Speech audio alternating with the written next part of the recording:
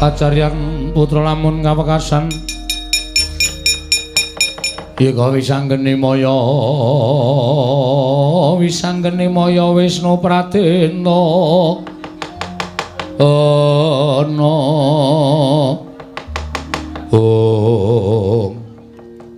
kok mungsuhe do ra ketok ya, Tru? Mungsuhe iki do mabur, musuh dhewe iki dewa-dewa, mula ngati-ati. Dewa ki nek disawang cat katon, cat ora. Dewa? Dewa iki kaya demit, dewa iki kaya jim. Nek dipandeng kayane ketok, ning nek dikedhepke engko ilang. Wah, nek ngono kudu nggawa senter. Lho ngopo? Nggo nyenteri men aja nganti ilang, nek gelut kok mungsuhe ilang ketok ya adil arep menang saka ngendi? Sing penting diantepi le. Diantepi. Nyawang nek pancen kowe iso ora kedhep suwe, aja kedhep. Nek kedhep engko mesti ilang. Kowe terus ketara meneh. Terus kowe kedhep ilang meneh. Oke, penitenane mataku. Ya. Men ora kedhep dadi ora ilang-ilang. Ya. Sing praito ngati-ati ketok iki hawane rada adem-adem ngene iki. Semilir-semilir ngene iki. Ketoke nek dewane arep teko kene kok. Apa? Nek kira-kira ana swara matna, nek ketok wis kuwi dewane. Jotosi ya, Jotosi. Aku Jotosi, kowe Jotosi. Gareng nanti gareng? Gareng masuk angin. Aduh. Kae kok ana alasan ya rumangsaku. Anggere muni arep nyambut gawe endi sing masuk angin, endi sing migren, endi sing vertigo. Ah iya, ayo mbuh ya bareng ya awake ringke kok. Tru? Kok kaya mambu minyak serimpi. Ah iki tandane dewa arep teko. Ki arep dewa iki ngati-ati kok. Heeh. Kok malik meneh, Tru? Mambu apa? Dupa. Ah. Dewa iki makmane dupa. Ki arep teko iki. Iki kok kaya sapi teng ya ngene, Tru. Kuwi aku ngentut. Mangan batang dengkulmu. Ambune ora omong. Nang raie iso ireng. Aja kok meng mambu nang raie iso ireng. Kurang ajar kowe, Tru. Ndeni gengko nek teko kene ditandai kok. Heeh, aja kuwatir. Ya.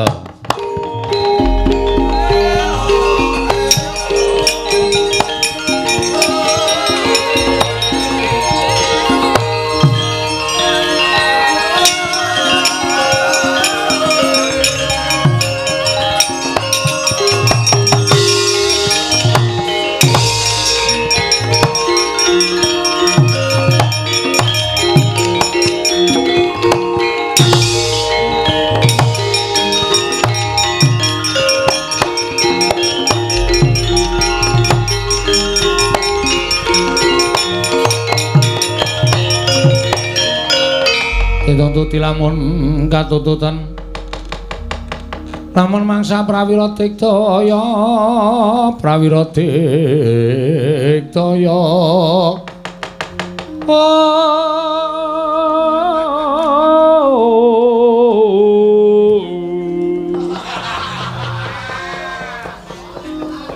Runanggono magawe gelarira wang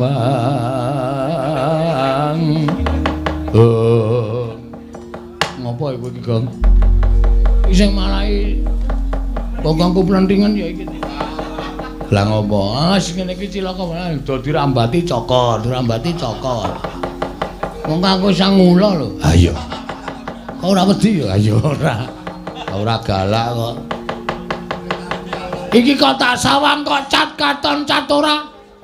Wong wilahi. Mas Tunomo sidam sekaring bawana langgeng. Yen kowe takon karo aku Bathara Penyarian. Lho, iki sapa njaluk tanda tangan Pak Carik? Lho. Pak Carik sapa? Kuwi Bathara Penyarian sing arep kuwi. Wah, branyak pasemone, branyak. Sing mburi sapa? Lho, weruh karo aku Bagong. Weruh wae kacamata ya padha. Sapa wae? Ulun Atmajaning Bathara Guru ingkang angka 4. Ulun Bathara Indra. Bathara Indra? Iya. Sing arep ulun Bathara Penyarian. Iki Bagong, dasar kepara nyata. Ngapa dewa-dewa do teko rene? Lho kok sik to. Kowe kok ora basa karo dewa iki anggepmu kowe iki titah kok ora basa karo dewa. Wis pancen tak niati. Tak basanono malah ming damai. Rasida gegeran percuma, ya, Tru. Ha iya. Mati tak wujuti. Bathara Guru ya Sang Hyang Manikmaya. Ya Sang Hyang Jagat Giri Pratingkah. Wani gawe syarat bapak wa nyembah karo Bathara Guru. Monggo bapakku ki Sang Hyang Ismaya kuwi kakane Bathara Guru. Hah? Kok kon nyembah? Anggepe apa? Kowe dikongkon bapakmu kon ngajar aku kon bondo aku to, dasar keparnyata. Yen kowe wani karo Sang Hyang Bathara Guru kowe tak bondo tak krincung sik lak lebokke ning Kawah Candra Dimuka. Aku ora wedi aku. Rek. Lho. Sapa, Gong? Rek. Kok rek? Penyarian lek ngundang rek ngono wae. Nek gedhe ya su ngono. Ngawur ben sisane nesu. Piye, Ndra? Kowe sisan arep gelut ya, Ndra? Piye? Radiomu piye, Ndra? Kanca prihatin lahir batin piye isih sukses ora? Kowe Ndra pleret. Ayo, araja gembelo siramu grelem pancamu. Nek pancen ketok wani Bathara Guru kene kono adu argumen karo Bagong. Ora minggat saka arep aku tak cekel lebokke ning Kawah Candra Dimuka. Bagong kene margani patimu. Maju legane ati wis ben modar mbok men apa.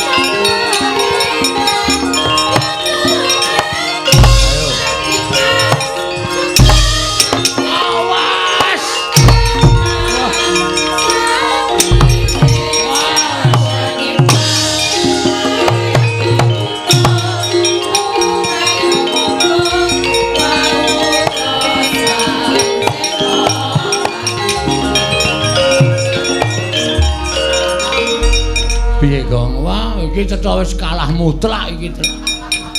Kalah mutlak piye? Ha piye dewane ampuh tenane. Kok ampuh? Aku diantem penyarian diis kena nggon sirah. Dheweke ngoyak aku tak incem wae ngantem bola-bali tak tadahi tak saut tangane arep tak anteme. Ora kena lho. Ora kena piye? Kaya nganggo aji lembu sekilan iki lho. Kaya ana sing duwa ngono lho, ana betenge lho. Tak antuk itu maplek ngono ning kaya ora tekan. Waduh, lah piye ya, Gong? Waduh. Ha iki ra imbang iki. Dewa kok do seneng to nganggo aji lembu sekilan. Monggo aku emoh lho. Kok emoh? Ah kayane kena ning ra kena e. Kayane iki mak bel kurang sekilan. Oh, ayo wis. Rugi no. Ayo. Piye, Gong? Matur Bapak. Nek Bapak ra iso kai pepadang, piye? Awak dhewe kalah tenan karo para dewa. Yo.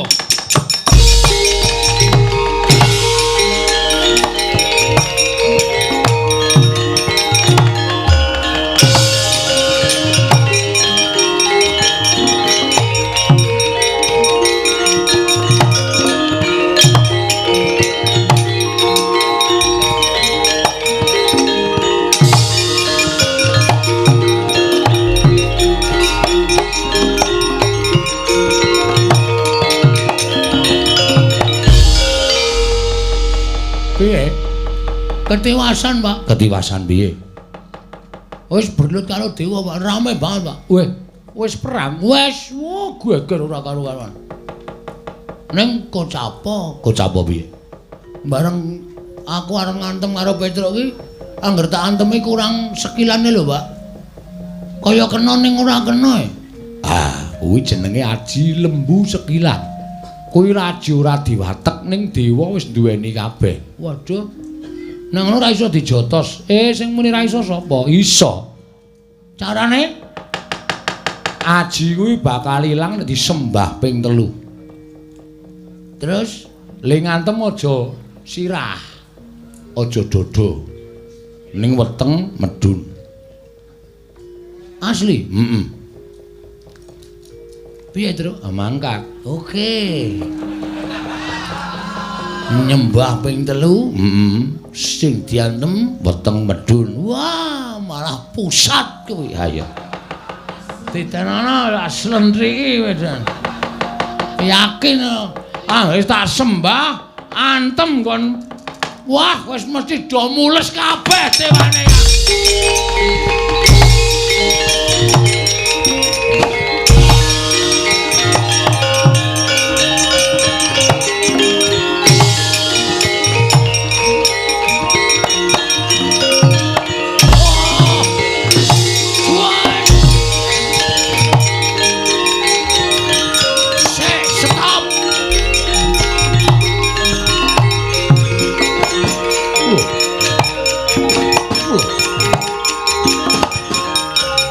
Ngopo kowe? Piye? Arep ngopo? Ayo, Bathara Indra kalahno mati cereng aku.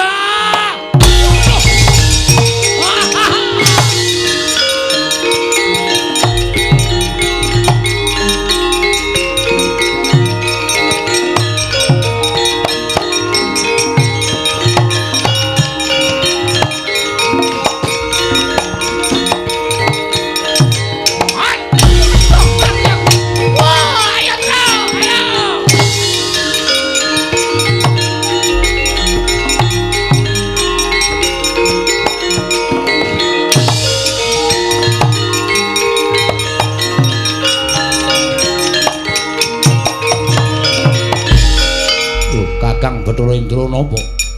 Waduh sajake wis diblakake karo Siwa Nayantaka, Siwa Ismaya. Anak-anake ora iso ngantem karo dewa bareng. Bali matur karo bapakne, Bagong iso ngantem karo awakku. Disembah kaping 3 terus diantem sak kayange. Monggo le ngantem dimatke tenan. Nek nganti pecah cilaka.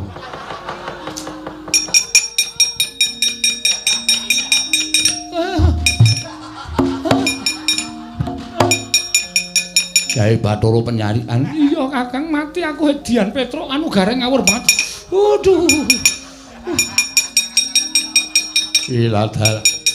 Para dewa padha nungsang puyang padha golek papan pendhelikan.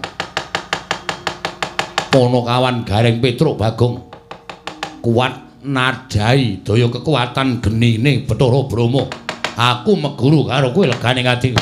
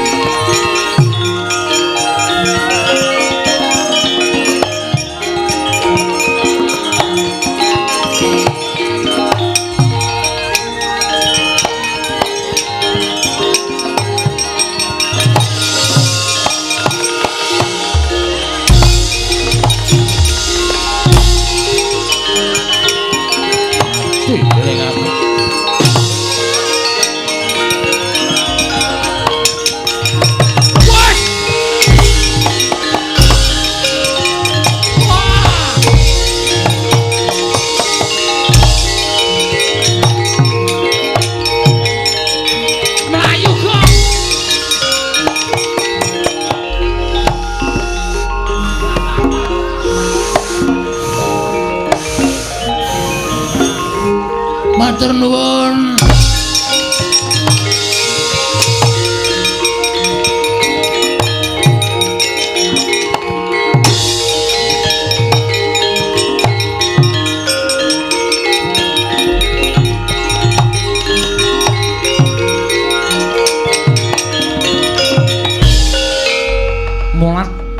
panangganing para putra dibujung Agni ingkang sak lumbung Bandung gedene. Gelora Semar Sigel tanggap lenggah begogok kaya tenggok datan mobah datan musik. Parandring mangke dhateng ingkang Agni boten ngobong Gelora Semar Badrana parandhe manjing angganing Kyai Ismaya.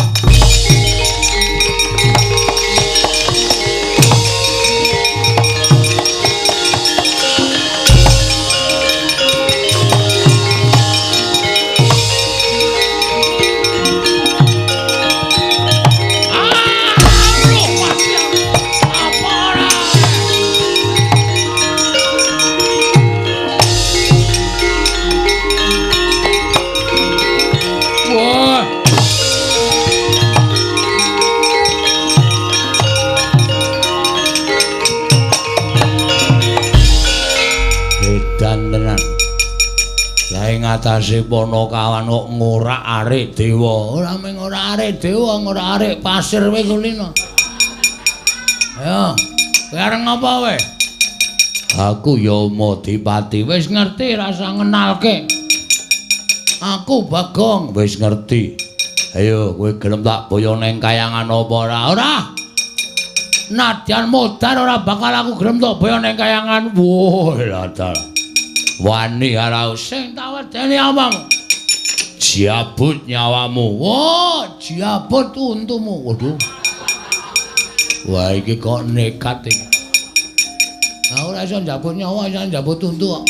Ya, jabutan ning ora cepet-cepet lega kok. Jabut ki gak usah mati ora kok. Ya, jabutan ora masalah, ning ora dul ngono lho, ngeget-geti nang ngono kuwi. Ya. Alon-alon. Dut ngono, ora apa-apa, ora kok dut ngono. Ayo kaget mesti. Hei, mesti ngono. Weh, lada. Ora. Edian omongane, ya men sakarepmu. Sadurunge jabut nyawane Bagong. Tiban tangane Bagong ora ajur kumur-kumur. Apa kowe iso ngantem sing ngomong ora iso sop. Waduh! Wah!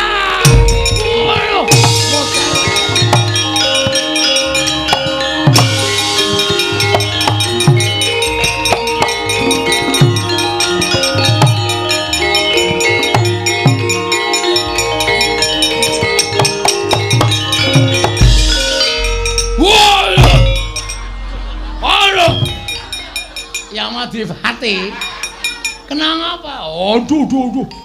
Wah. Waduh. Waduh, Bagong ngawur tenan. Edian. Wah. Nganti ra iso omong. Ayo, Amus, iki sapa iki kaya Teko? Teko dengkul kita kuwi ya. Ngawur wae. Weh, dewa to, dewa. Ulun kami tuaning dewa, kami tuaning Jawata. Ulun Bathara Narada. Ah, kowe saiki Narada kowe. Kowe patih Suralaya kowe. Arep melu-melu perkara iki. Mati. Kosek. Ora sembrono ya. Ulun iki ora melu perkara iki. Ya ulun malah ngelek karo Adi Prabu Bathara Guru aja nganti melu-melu. Utawa aja nganti wani-wani karo Kakang Ismaya ning Adi Prabu Bathara Guru kuwi berguguk ngutawaton ngeyel. Wis ora lumrah, ora jenengane nek dewa kok bubar mungsuh Panakawan. Ayo nyembah ping 3 ngantem dewa weteng medun. Ayo. Wah, mula kok dewa do gegem kuwi kabeh. Ditutupi kabeh. Wah, lah ya musuh Panakawan mesti dimatke, tamatke. Ndi ngonamu? Hus. Ngonamu jengkolmu. Duwe ora? Lah duwe. Rasa ulun ora melu-melu perkara, ora melu-melu lunga. Ora melu-melu lunga. Ora gelem lunga. Sampun ya wae lah edan.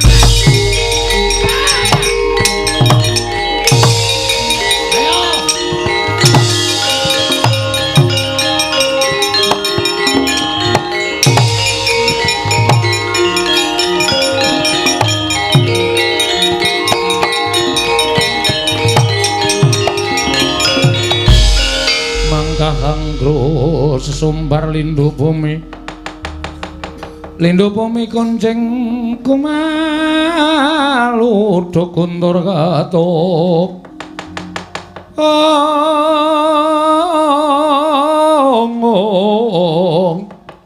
lumembak penyukang kumambang dosang Wisnu Bathara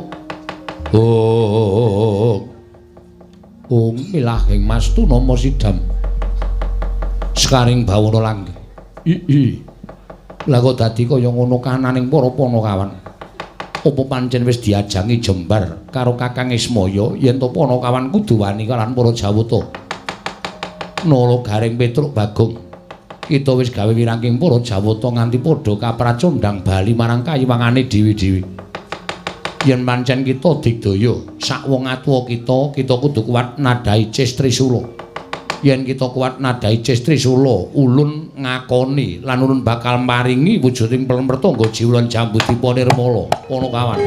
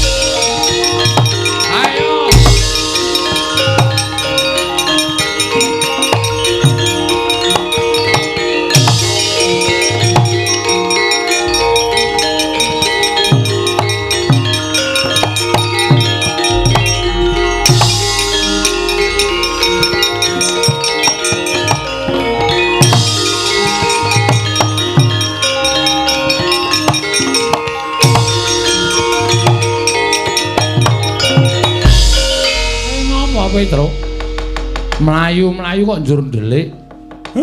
Mungsuhe sapa kok kaya kamigilan. Nek iki ora baen-baen, Pak. Nek ming dewa-dewae ora kitang ming paitan wani, paitan kendel, nyatane iso ngundurke anak-anake Bathara Guru. Ning barang sing maju Bathara Guru dhewe mongko nggawa pusaka murup nganti kaya srengenge, wah blerenge. Kae jenenge Cis Trisula kuwi pusaka kadewatan. Mula aku terus nyaut Garing Bagong tak saut tak jak melayu. Piye Pak pakanan iki nek Bapak ora iso ngrembug karo Bathara Guru iki mesti lebur tumpur tanpa dadi kahanan kene Pak. Menengo tak jawabe Bathara Guru.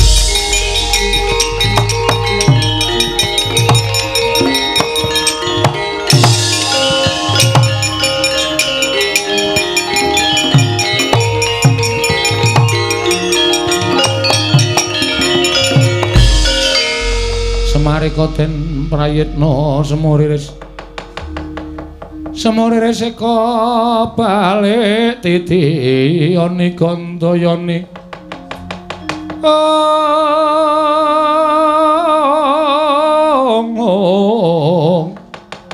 Trisanya Purnama sasi gilar-gilar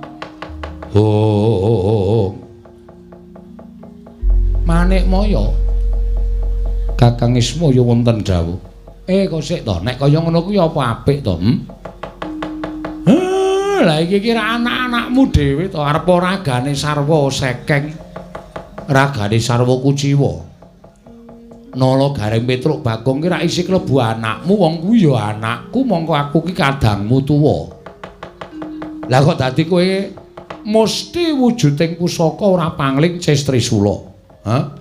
Nek nganti kena anakku wong telu iki mati. Lah terus piye kahanane? Pancen menika ingkang badhe kula jarak. Lho. Nek ngono kowe mentala tenan karo anakku, mboten mentala sabab menapa. Krana anak-anakipun Kakang Ismaya ingkang sampun mboten ngertos tata krami. Sampun wantun kalian para Jawata wekasan para Jawata sami bubar mawut mboten kanten-kantenan. Kula mboten narimakaken Kakang Ismaya mila dinten sak mangke kula suwun Bagong badhe kula beto wonten ing kayiwangan badhe kula pejahi Piye Nala Garing wis nehne wae Pak mangane iki. Oh aku ya mathukke wae Pak. Heeh Pak keke wae mangane mung ribet-ribeti uripmu. Saku tak modar wae Pak. Aja tole aja kowe anakku sing tak tresnani. Aja nganti ana wong sing wani gendak sikara karo kowe. Saiki ngene wae Bathara Guru. Nek kowe kepengin mboyong anakku Bagong, aku sing eman. Aku sing ora entuk. Mula ning aja nganti kowe gawe gelo rasamu. Aja nganti atimu gelo. Sing munggah ning kayangan aja Bagong, sing tok hukum Semar wae hukumen. Kakang Ismaya sagah. Ora sagah sebab apa? Urip ya wis ketuan ning alam padhak. Tur iki ana pancatan nggonku bali marang ayunaning Gusti. Srana adhiku lanang mbok menawa iki iso tinampa sowanku. Pak. Aja, Pak. Nek bapak pasrah pati urip karo Bathara Guru terus piye kanan iki engko, Pak? Anak ki tak labuhane Garing wis ora satok tangisi. Ora apa-apa kowe wis gedhe tuwa. Ora sak ora duwe bapak, ora apa-apa kowe wis iso urip dhewe. Ampun, Pak. Kula ya ora iso urip dhewe, Pak, nek tanpa bapak. Wis ora apa-apa, Truk. Besok golek bapak lurah. Pak Lurah dengunmu kuwi karo bapak ora tresno blas kok, Gong. Wis gage aku gawanen ning kayangan. Nek bapak dibeto teng kayangan aku melu, aku ora iso keri, Pak. Aku ki mung arep dicemplungke nang kawah karo Bathara Guru. Kajengipun kula cemplungke kawah ya gelem. Aku ya ora melu, Pak. Aku urip nek tanpa bapak ning donya wis ora ana gunane. Melu ora, Gong? Ora. Ora pengen labuh bapak. Aku nek kowe do mati kabeh, sing urip sapa wis jajali? Nek ora aku sing urip, sing nampa warisan sapa? Pikiran to? Lha nek aku ndek anak, peputu aku tak dum, kan iso iso dienggo pengeling-eling nek iki putune Semar iki anake Semar. Ora melu Le. Ora. Ya wis nek ngono kowe tak labuhi aku tak melu bapak ya Le. Aku ana menyang. Aku ya tak melu bapak ya, Gong. Mangkato. Guru malah anakku loro Garing karo Petruk sagah makili adine. Menawi ngaten tetiga. Iya, monggo. Menawi Kakang Semar Dura Sembodo sampun ngantos nglepataken dhateng kula menawi kula tega lan Kakang Ismaya. Kula kandhemi mingga wonten ing kayangan. Lho Garing ayo Petruk melu bapakmu. Monggo Pak kula ndamel. Monggo Pak kula dherekaken, Pak. Ayo Bathara Guru monggo Kakang Ismaya.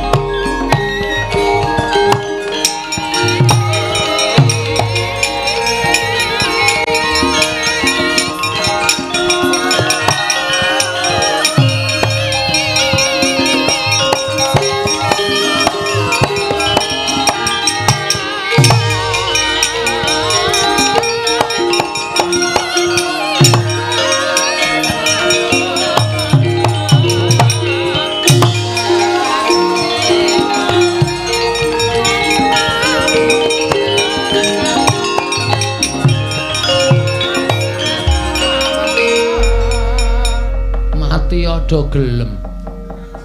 Aku ya engko urip rung tutuk ya modar. Semar mati, Garing cemplungke kawah mati, Petruk mati. Aku mung kari marani nang omahe Garing, yu diutus Kang Garing kon njalukke sertifikat. Maranane Petruk, yu kon diutus Petruk kon njalukke sertifikat kae lemah kae di statuske aku. Sugih dadakan. Anakku tak kei metu saka Polsek langsung tak kei lemahnya. Gak didol nggo mendem. Ayo canggleleng apa ya semen. Ane terus kancaku sapa wis jajali. Engko nek pas gara-gara netepi kewajiban ora duwe kanca kilang-kilong kloap-klaup. Wah ya. Piye ta iki mau? Aku kok dadi ra melu to aku ki Kang Slupan apa ya? Bapakku mati. Gareng yo mati. Petruk yo mati. Ceniningan. Galake kopi kok yayaan. Selamat tanganmu kowe. Cilaka iki. Sapa sing arep tak jaluki tulung? Aku nang sowan ning ngersaning Sinuwun Prabu Puntadewa ya engko malah dunek-unekke. Luwe-luwe Ndara Werkudara. Ndara Semar mati, Gareng mati, Petruk mati. Kowe kok urip? Tidak ndasmu. Sarwa cilaka iki. Ndara Janaka tak lapori ya ngono. Ndara Semar mati, Gareng mati, Petruk mati. Kowe kok urip, Bagong? Nyotampan tak jembar iki Bagong jelem modal. Ndara Gatotkaca tak lapori ya ngono. Ndara Gatotkaca Semar mati, Gareng mati, Petruk mati. Unter bayarmu. Monggo Ndara Gatotkaca kendel e. Bar bathi akeh mambengi Ndara Gatotkaca tenan. Yakin apa ora didomke kok? Apa ora bathi ning ijoli ayo kuwi. Sing parah ning kono kuwi. Ning wis ora apa-apa lah karang ya lakon tak sandangane dhewe. Oh iya. Aku ijin ndek Pakde. Pakde Togok. Napa ora tak sowani? Aku wadul Pakde, Dik. Adimu mati. Opo? Malah tawa HP. Opo? Sing mati adimu Semar. Semar mati kuno opo? Cemplung ke kawah karo adimu Manik Maya. Togok terus nesu cangkeme kewer-kewer. Mana. Kaya gendera kae. Wes, men tak lapor karo Pakde Togok aku. Nek ora ngono ndak ra ndek kanca. Nek Pakde Togok ora iso mbudidaya, piye carane bapak slamet saka tangane Bathara Guru? Aku dhewe sing arep mbudidaya nyelametke bapak saka cengkremane mungsuh.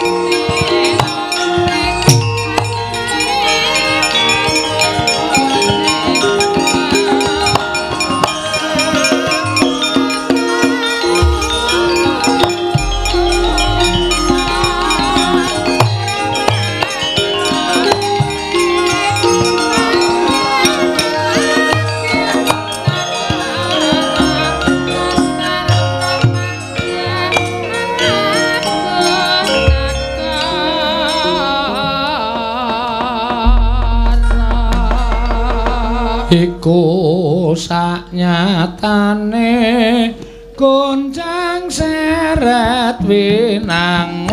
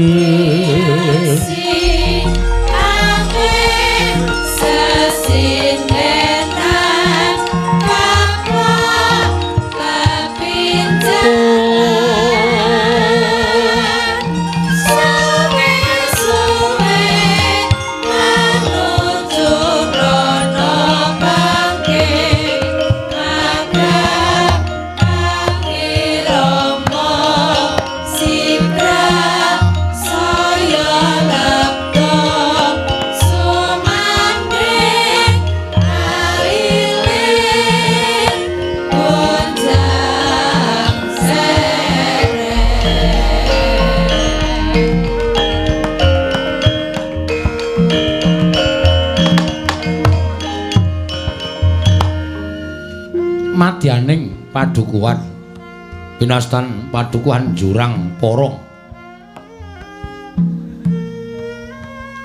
sinten ing lenggah madyaning padukuhan Jurang Porong menika ta warnane abdining Nalendra ing lenggah wonten ing tlatah Sabrang ingkang nami Ki Lurah Togog ya Ki Lurah Catu Goro ya Sang Tejo Mantri Raga Sarwa Kuciwa netra mblalak kaya srengenge tutuk mengo kaya lawanging guwa panandene dedeg piadeg datan inggil datan ndek sedengan nanging lemo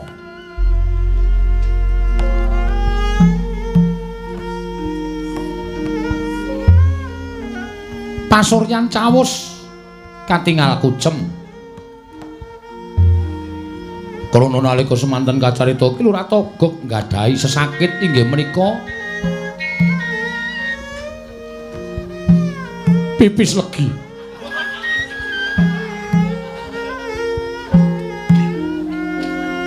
parandene mangke eling-eling tedhak turuning dewa mila datal mokal lamun kaparingan panjang yuswa den adhep ingkang rayi nenggih Ki Lurah Bilung ya Sarawita sawetawis gaya sampun jagung nenggih Ki Lurah Togog sumawon Ki Lurah Bilung datel wonten ingkang paring pangandikan dadak sakeleng mangke ambuka mecah swasana Ki Lurah Togog ngrukmeng daya wijining pangandika ing dereng kababaring lesan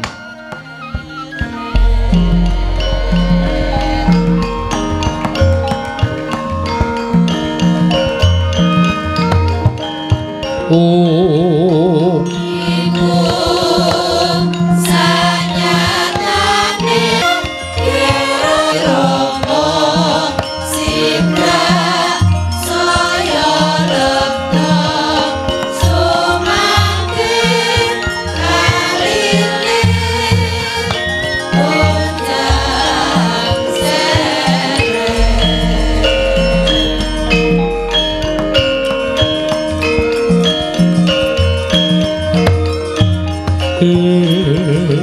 iku sanyatane gonceng sarep winangun wonten manaluri rineka muni winangka kirangan ngerasakan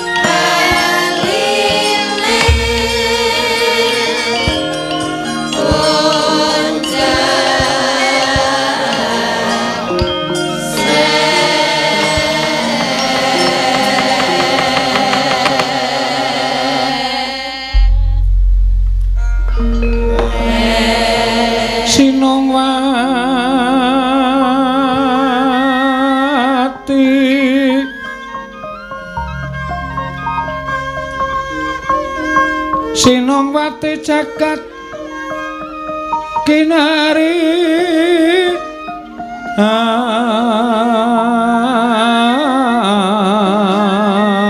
among mbak lumembak ombak ing samudra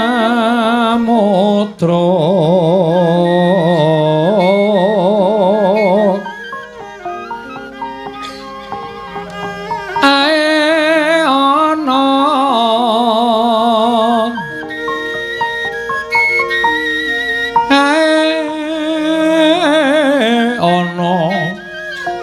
bale lumut ambraganggeng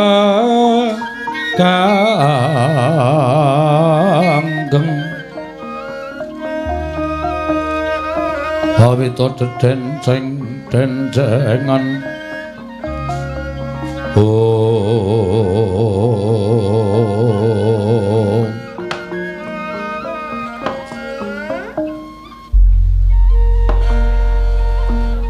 jancane ana ngapa to Kang Togok? Kok pirang-pirang dina iki Kang Togok kaya beda adat saben. Pendak-pendak duwe juragan. Mongko ratu sabrang tekaning pati kowe karo aku terus golek juragan liyane. Ning iki kok ora ajak-ajak. Ngapae, Gok? Ya ora ana apa-apa, Lung. Goroh kowe iki goroh.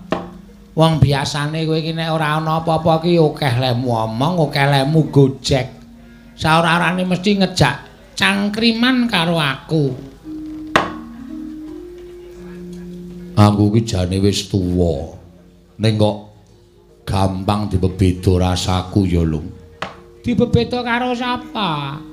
Ora karo sapa-sapa, ning dibebeda karo lakon sing tak lakoni. Lakon sing dilakoni iki tegese aku ki gagas karo impen nih, Lung. Impen? Ame ngimpene kok tok gagas, Gok. Ora usah digagas, tur awake dhewe iki ya wujude ming batur, ming panakawan, ming kawula cilik kowe karo aku ming wong sekeng. Nek gagas impen kok le kebangetan temen. Upama awake dhewe ngimpi terus impen kuwi ana maknane, ana kelakone, ya wis ditampa kanthi ikhlas. Ora usah dadak werna-werna. Ngono lho. Ngimpi apa? Impenku ki ngembet karo adhiku. Lho. Aku udu. Aku ki ya adimu to. Ning udu kowe.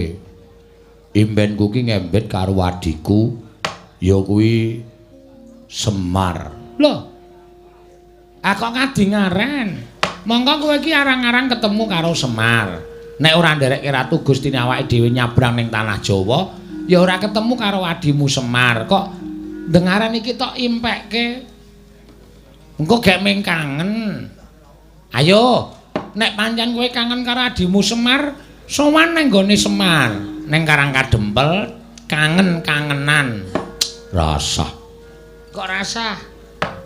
Nek le ketemu Semar ki seneng, le ketemu anak-anake Semar ki mreteli apa-apa. Aku nganggo kalung ya dijaluk. Aku aleman. Nganggo kalung ya loro. Men dikira wong brewu. Men dikira wong sugih. Ya wis. Mbok ya dicelengi ora nggo pameran. Nganggo kalung loro kaya raine apik-apikan. Lah iya. Anggepe ora ditabung nganggo tuku mas-masan dienggo pamer-pameran. Oh ya lho. Ha iya. Mula ya dipreteli karo anak-anake Semar. Nganggo ali-ali ya mesti dijaluk. Nganggo jam ya mesti dijaluk. Ning aku ora kok kangen karo Semar. Impenku iki kok kaya arep ana maknane. Maknane apa? Maknane ya arep lakon dilakoni karo adhiku Semar. Lah kowe ngimpi apa coba? Aku ngimpi kok kaya-kaya Semar kuwi numpak kapal. Lho, arep Sumatera. Ora. Neng impen kuwi numpak kapal terus dumadakan prau mau kasempyok ing alun gedhe. Semar iki kendang kapracundang kuntal kaprapal digawa bantering banyu. Nganti aku bengok-bengok sirku ngoyak karo Semar ning mergo aku ya ora iso nglangi ya ming tak nengke bae. Saya adoh Semar digawa umbak nganti ora ketok. Geragap aku tangi barengi kluru ing jago ingkang sepisanan tandha yen to wis gagat bangun esuk. Long, wiwit kuwi atiku kok ora tentrem, wiwit kuwi atiku kumesar. Ana apa sing bakal tumanduk karo adhiku Semar ya, Long? Rikat lampahing rata tanpa antara prateng suku ning argeram kang tumingal.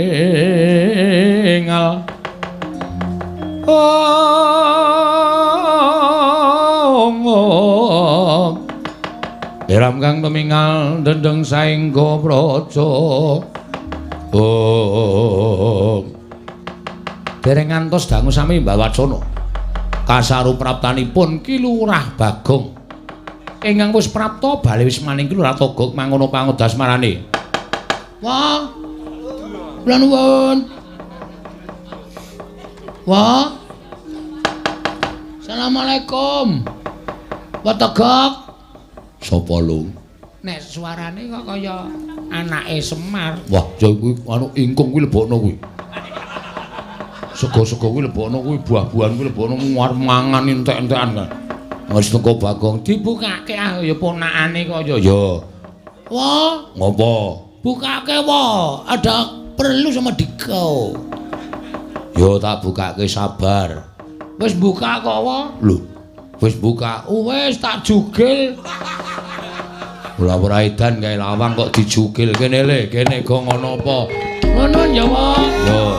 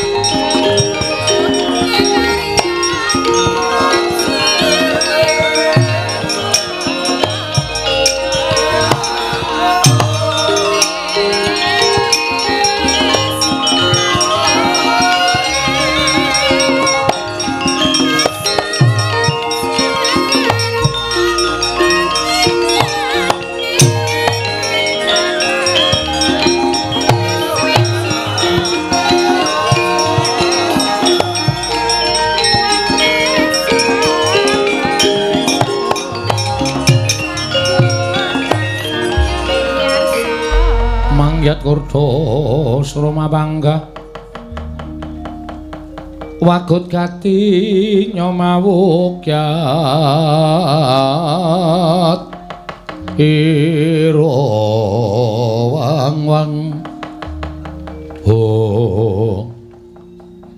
Sembah bektiku ya Pakde.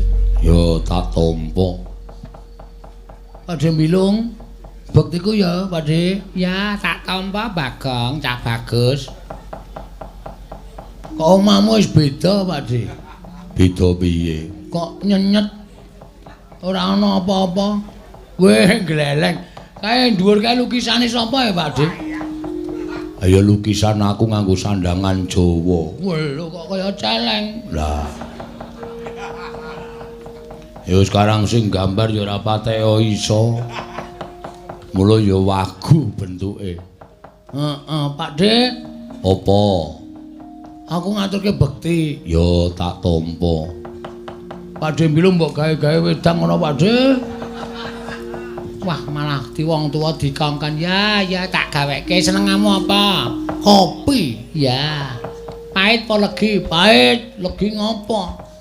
Kopi kok legi. Jane eneng ngopo? Sepisan aku silaturahmi, Pakde. Ya, tak tampa. Karang ya suwe ora ketemu karo Pakde. Togot. Kangen to aku mestine. Menungsa kok. Lah iya. Sing angka loro aku ngaturke berita lelayu. Lho. Berita lelayu. Heeh. Sapa sing ora ana? Adimu. Ora cangkeman, Gong. Cangkemmu kowe. Malah ngunekke. Lah kowe ki tak unekke aku ki Pakdemu nek ngunekke bocah cangkeman ya sabure to. Kok malah genting unek-unek wong tuwa. Ngene ya, Pakde, rasane nesu dhisik. Aku tak matur karo Pakde. Bapak kuwi nganu, apa jenenge? Digawa karo adimu. Adiku sapa? Bathara Guru. Lho, digawa sebabe. Ha critane rak aku ki kepengin bangun desa. Apik kuwi. Kowe dadi pengareping kawula kudu wani mbangun desa, bener. Ning aku entuk sasmitaning Jawata, nek aku mbangun desa kuwi iso rancak nering sambikala, nek ditumbali ya kuwi ingkang winastan pelem pertangga jiwa lan jambu dipa nirmala. Bapak ngendika, Bapak Semar ngendika kuwi anane ning kayangan, bener wae, Dik? Bener. Kuwi panganane dewa. Arane pelem pertangga jiwa jambu dipa nirmala. Terus aku pasrah karo bapak. Wis Pak nek ngono mangsa baranga jare bapak kuwi Sang Hyang Ismaya kakane Bathara Guru. Mestine bapak iso sambung rembug karo para dewa. Bapak terus matek aji pamengkang, pameling. Terus Bathara Guru teka. Teka ning ngomahku. Bapak omong Bathara Guru gandeng Bagong ki ya ponakamu. Ki arep mbangun desa ki nek ora tok bantu ora kelakon. Terus gurune muni piye? Gurune muni ngene iki, anak-anak ngono. Mbok ora clemongan kok ngomong susung apa, Bang? Aku seneng nek Pakde nesu ki cangkeme iso mlembung. Mlebu dengkulmu melocot. Bathara Guru ngendika ngene iki.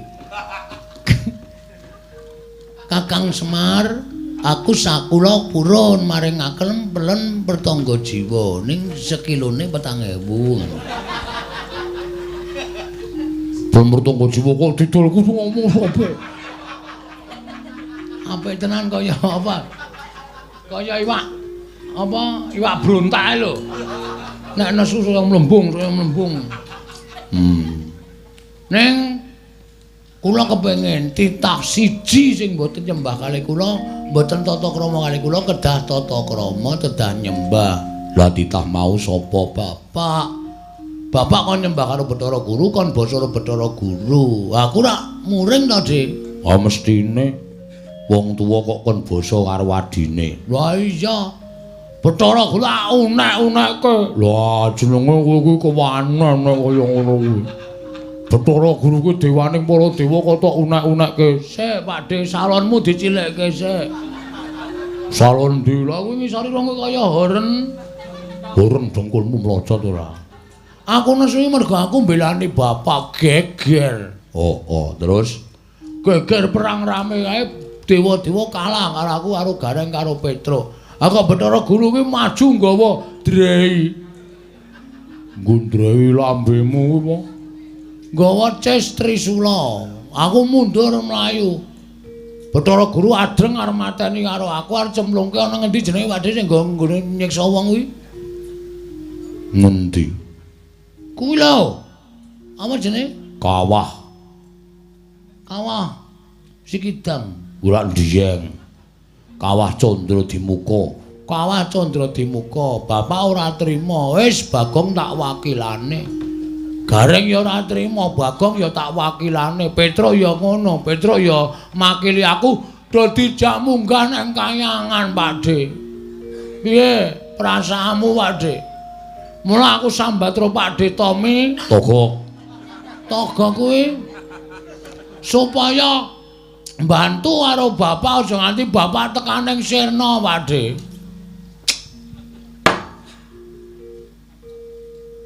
Manikmaya kok mesti ngono ya. Mula kowe tak kandhani ya, Gong, aku sakjeke wiwit medhu ning jagat aku nek kon ketemu Manikmaya kuwi moh. Merga nuwun sewu arep kae dewaning para dewa ning atine urung resik. Lah iya, aku iki ya gumun. Kok bapak kok ning jagat, Pakde Togok ning jagat kok Lek Manik sapa? Ora adine bapak tak aku nang ngundang Lek Manikmaya ki kok gedangkrang ning kayangan iki lho. Kan ora adil kuwi. Mergane ya mergo Manikmaya wis sengit karo aku, sengit karo bapakmu ki wis jaman enom. Ha kok Pakde dadi elek? Ambiyen aku mbiyen kon diapusi karo utawa digawe dikrenah jenenge dipitnah. Wo, karo Manikmaya karo bapakmu ki aku dipitnah. Wong aku ming gojek, ming ngajar atos sing balung mleting kulit dilaporke karo bapak Sang Hyang Tunggal. Monggo ling nglaporke Manikmaya muni kae Tejamaya karo Ismaya do gelut kepengin dadi dewaning para dewa. Sang Hyang Tunggal nesu. Sang Hyang Tunggal sapa? Bapakku, lho bapakne bapakmu kuwi mbahmu. Weh, isih urip? Isih. Arep rono aku. Lho.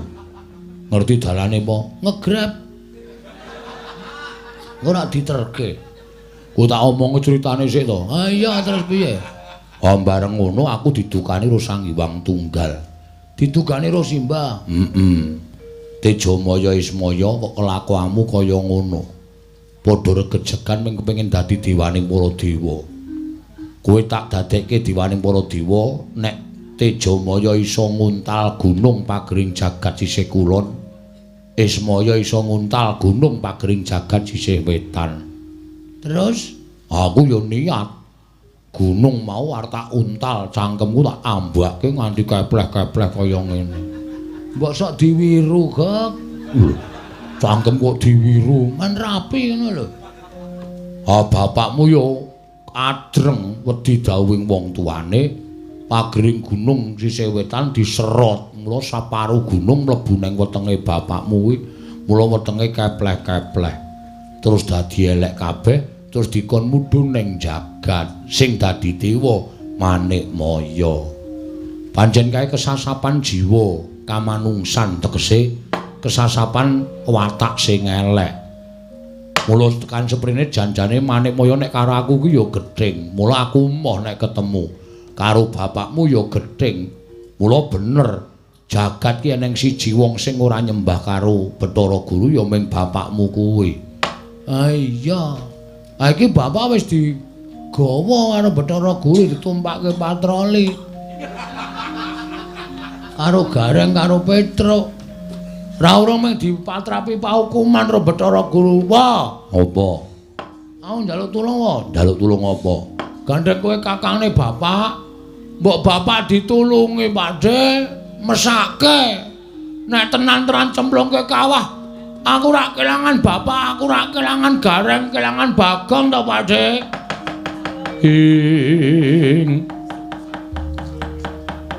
Togok malegak legok trembilung kang sarawita.